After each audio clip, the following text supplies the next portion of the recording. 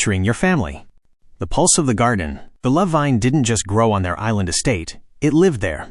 It climbed the white stone pillars of the veranda, its leaves a deep emerald that mirrored the artistic harmony of Jamal's latest forest green paintings.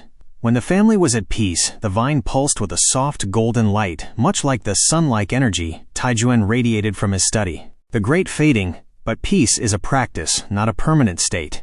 One humid afternoon, the light in the vine began to stutter. It started with a logistical clash. Owen, usually the brilliant planner, was frustrated because his actionable intelligence wasn't being heard over Molly's boisterous, sparkly energy.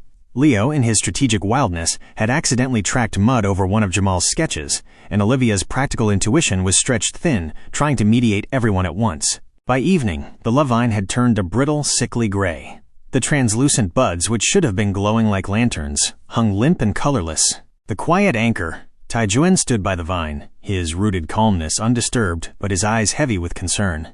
Beside him, Chandler leaned his 6 feet 10 inches frame against a pillar, his elemental patience tested. "The roots are thirsty," Chandler murmured, his voice like rustling leaves.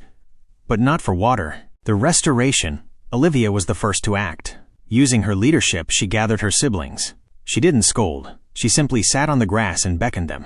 Willow, sensing the emotional truth with her resonant innocence, crawled into the center of the circle, her skin letting off a faint, comforting glow. The air began to shift. Owen apologized for being rigid with his plans. Molly sat in contained wonder, listening instead of performing, her unicorn tucked under her arm. Jamal looked at his ruined sketch and, instead of anger, saw a new, artistic harmony in the mud stains Leo had left behind. As the tension dissolved, Taijuan and Chandler joined them. Taijuan didn't try to solve the problem. He simply anchored the space with his silent, loving presence. The bloom.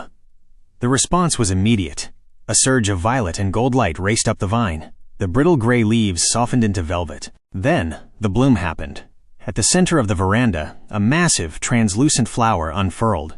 It didn't just glow. It hummed, a low, resonant frequency that matched the soft hum Willow made when she played. The fragrance was a mix of Taijuan's expensive, gilded academic silks and the fresh earth scent that followed Chandler. The Lovevine was no longer just a plant. It was a testament.